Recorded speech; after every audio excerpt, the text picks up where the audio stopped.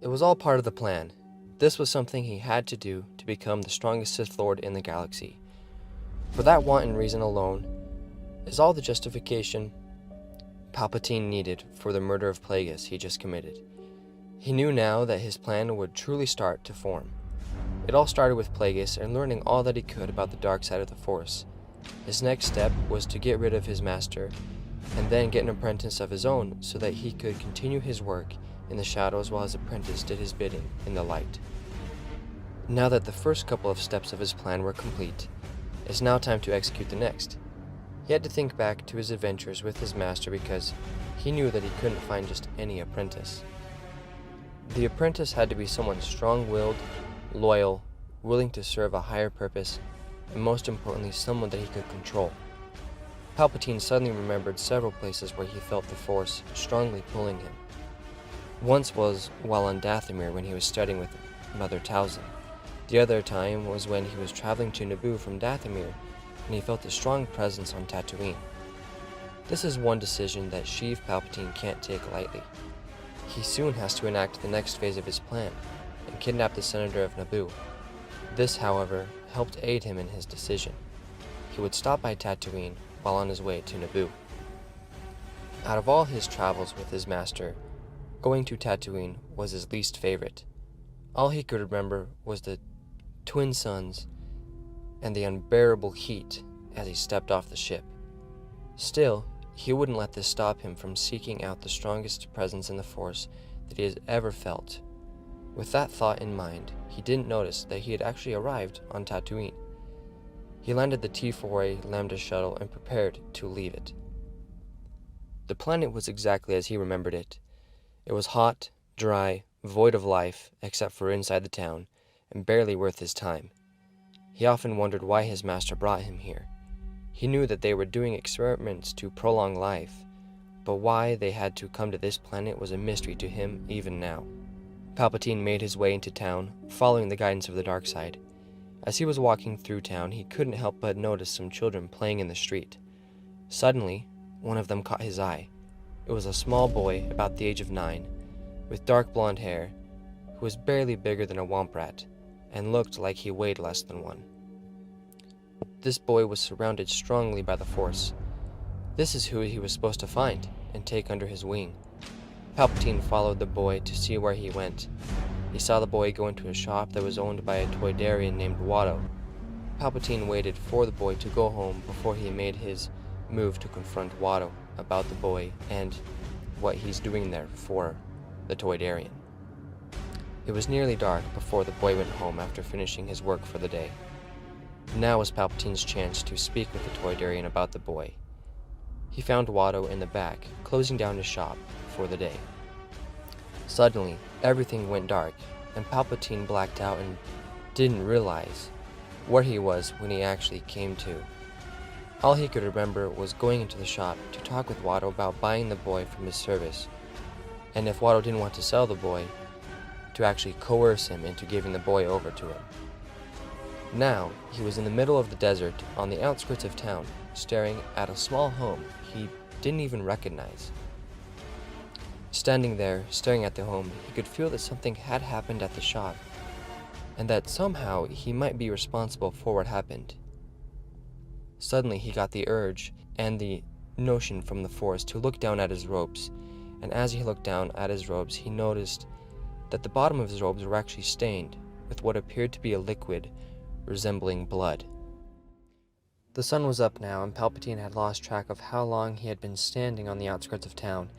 He looked back down at his robes and tried to rub the blood off his cloak. He just ended up staining his hands. He knew that whatever happened back at the shop was the will of the dark side of the Force flowing through him. Suddenly, someone emerged from the hut that the boy went into. It was the boy and what appeared to be his mother. There was something oddly familiar about that woman.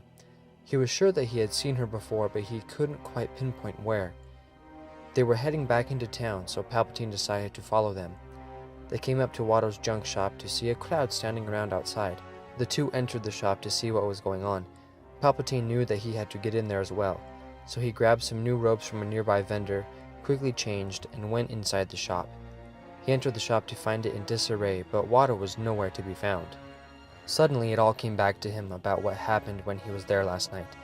The memories came flooding back like visions of someone that was using his body, and he was left there watching what was happening. The boy had just left to go home for the day. Now Palpatine's chance to confront the Toydarian about the boy had finally arrived. He found the shop owner in the back, closing down for the day. "You're here about the boy," said Watto. This surprised Palpatine. How did this Toydarian know what Palpatine was there for if he didn't even know the boy or who this Toydarian was prior to today? "Your master told me that you would be here for the boy eventually," remarked Watto as if he could read Palpatine's thoughts. This angered Palpatine, for he was sure that his master wasn't as smart as this.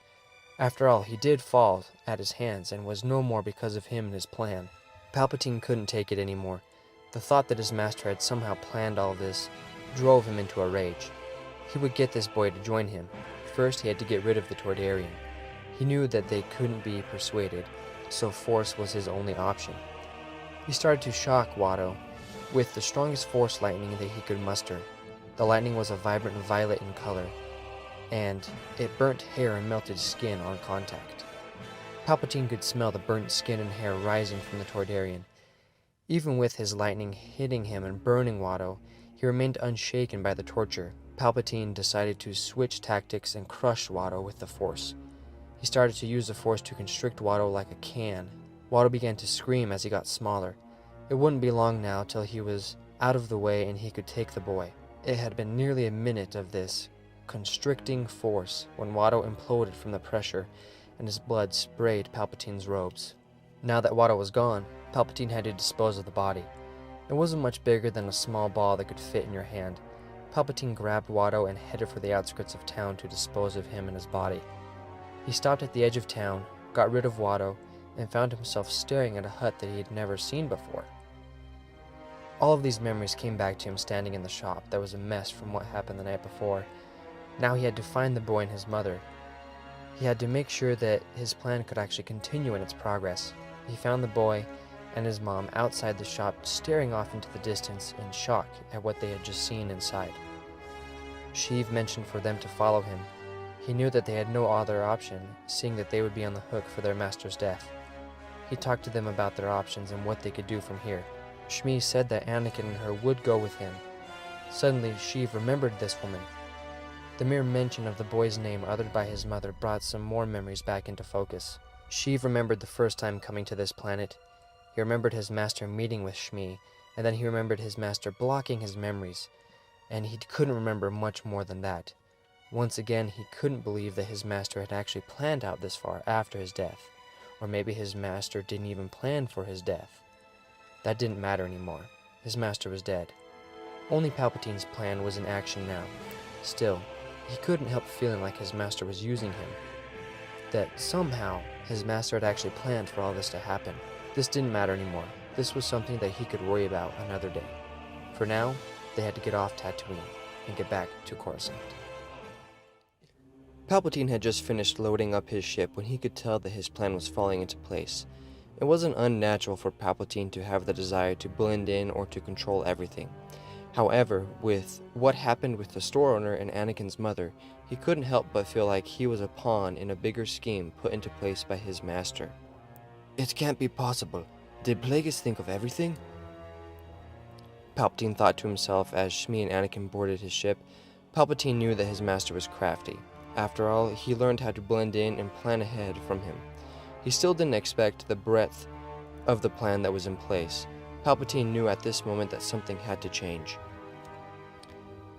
His plan would have to change if he wanted to escape the grasp of his master and finally be in control of his destiny. After all, he had already had one pawn under his control in Anakin, but now after knowing that his plan is compromised, Palpatine couldn't let anything happen to him. In order to preserve his plan in the long run, he would have to change something. For this reason, Palpatine came up with two ways that he could alter his plan.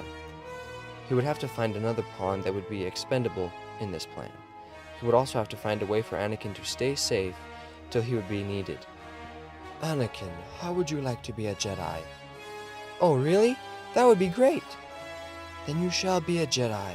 I will make sure that this happens.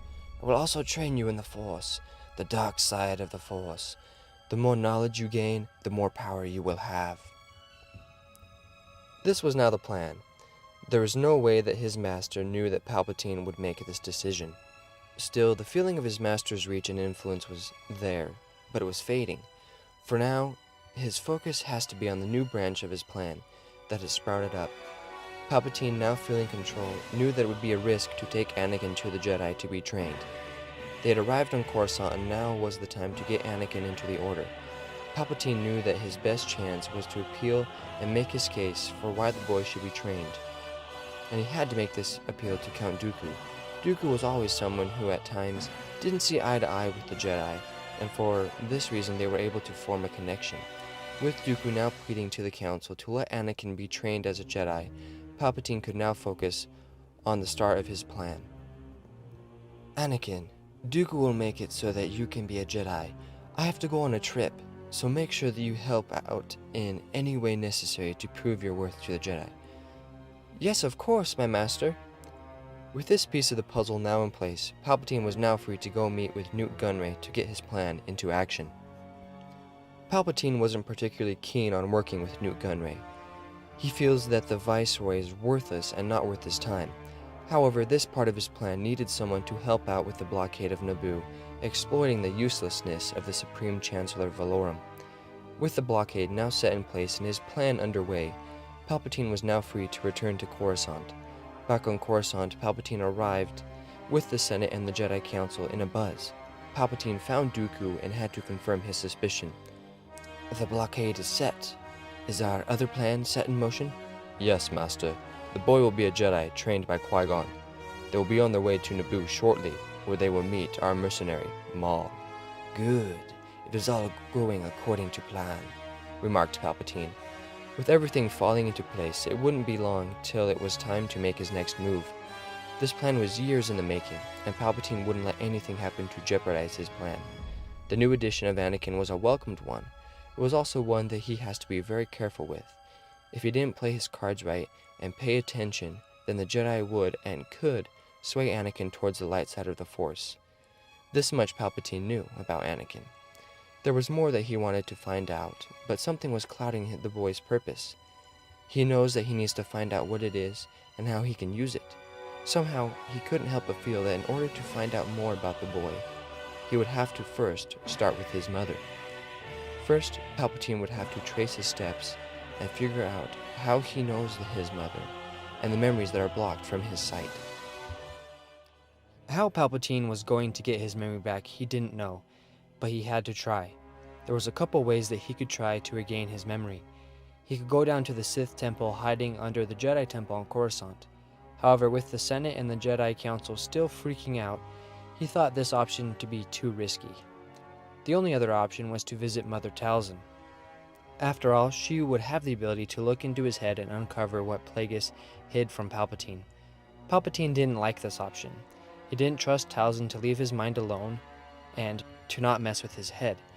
However, if he was to ever know what his master had planned, this was the safest option and the safest risk.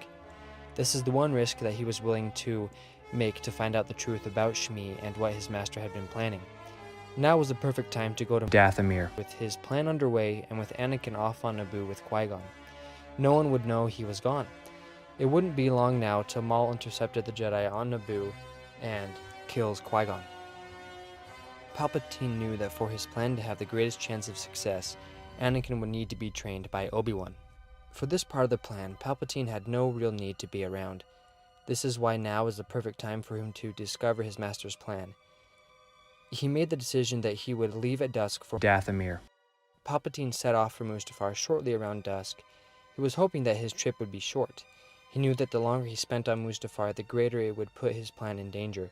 He couldn't risk putting his life in the hands of Mother Talzin for longer than he had to. He knew that Plagueis and Mother Talzin were close, and with her digging around in his head, he just can't risk giving her enough time to find out the real reason as to why he actually died. As soon as Palpatine landed on Dathomir, he knew that something was wrong. Still, he needed to find out what was in his blocked memories and what his master had been planning. Normally, Dathomir was dark, hot, and you could hear something lurking in the bushes just watching you. However, this time it was cold, dark, and sinister. It was so quiet that Palpatine could hear his own heart beating. With every passing second, Palpatine felt more uneasy, but just as he couldn't take it anymore, he finally reached Mother Talzin's lair.